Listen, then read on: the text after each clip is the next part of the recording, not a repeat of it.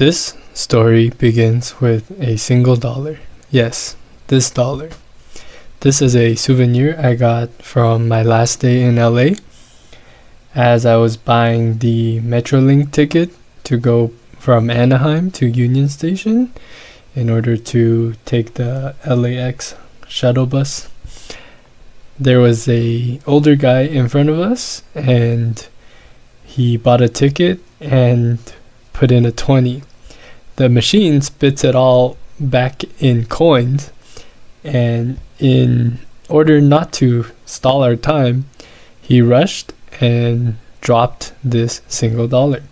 He actually dropped another coin, but I managed to pick it up and gave it back to him. But this one was left inside the machine, and when I tried to return this dollar, he refused and gave it to me as a souvenir. I didn't even know that in the US there were dollars that looked like quarters.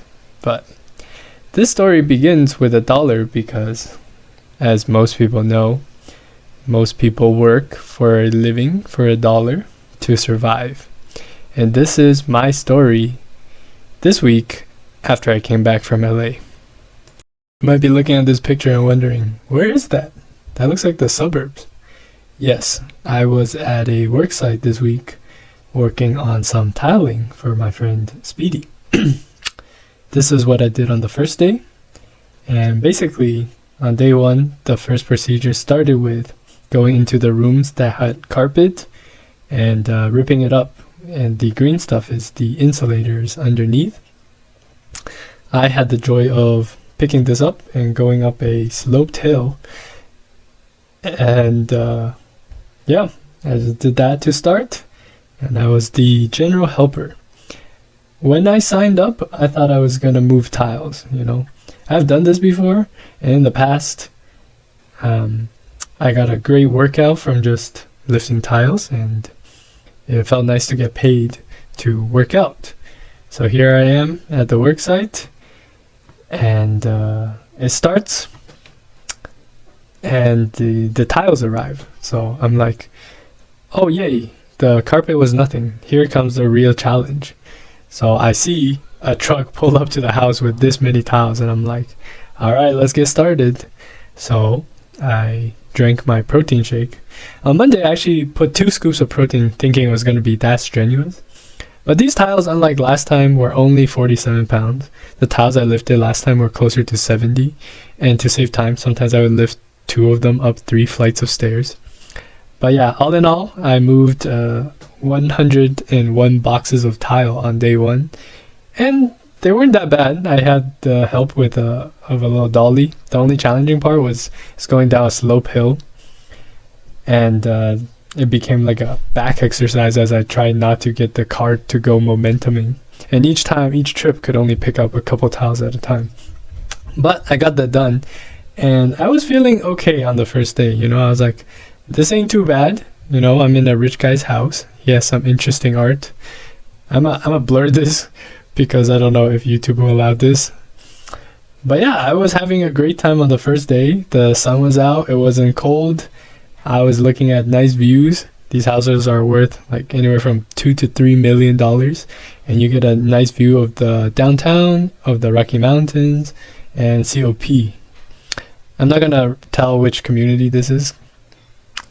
And then we finished the day by pouring self-leveling because after the carpet was removed, we noticed some non-level surfaces on the places that we needed to tile.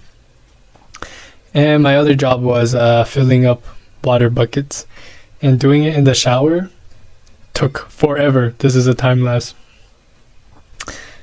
Anyways, got it done. After day one, I was like, this is nice, easy, piece of cake. Then came day 2, which was yesterday, and that was very frustrating because they started making me do things that I had zero expertise in. Like, this were the tools that they were using. They wanted me to put thinset, is the glue that goes on between the ground and the tile.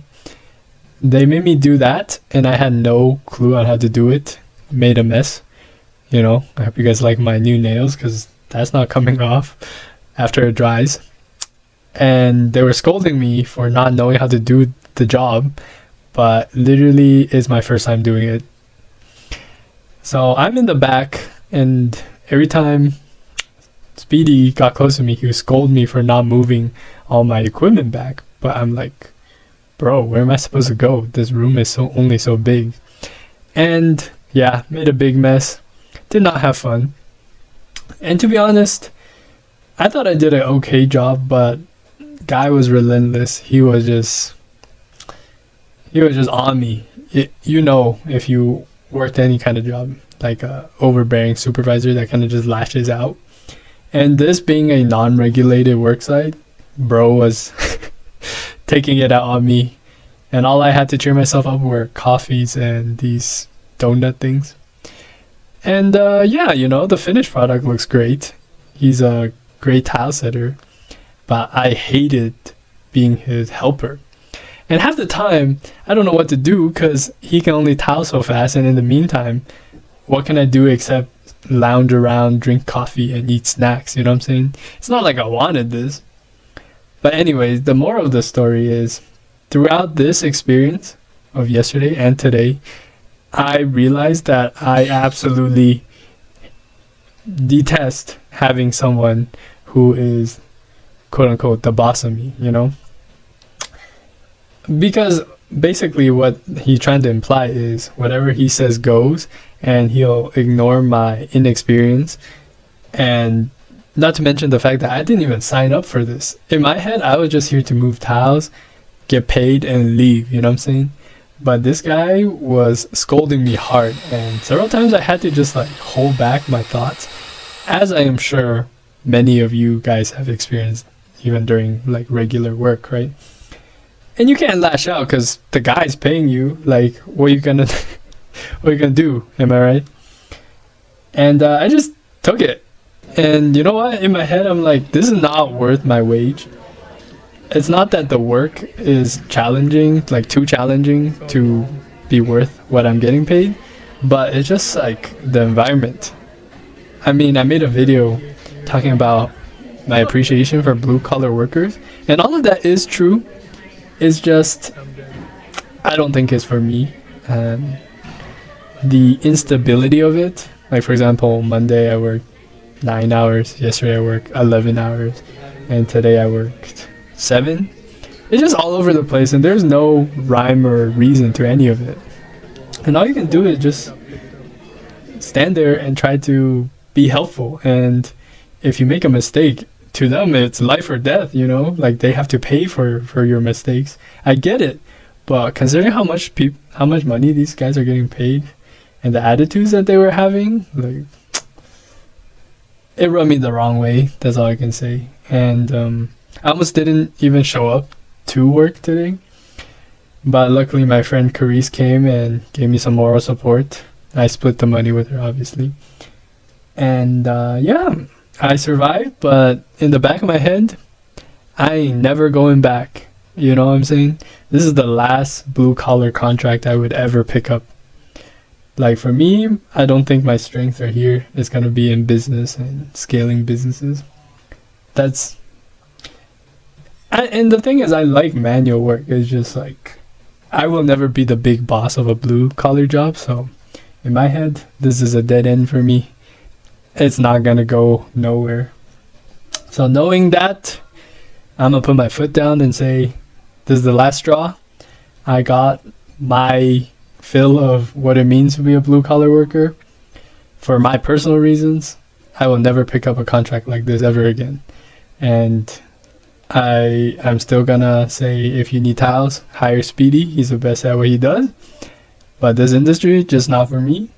And from this experience, I think I can extrapolate, you know, about what most work sites are going to be like. And yeah, just my personal preference. Hope you guys don't hate me. But yeah, I had to actually work to make some money this week. Can you believe that? Anyways, thanks for watching, guys. Hope you guys enjoyed this little mini story. Things will be back to their regular scheduling next week. All right, bye-bye.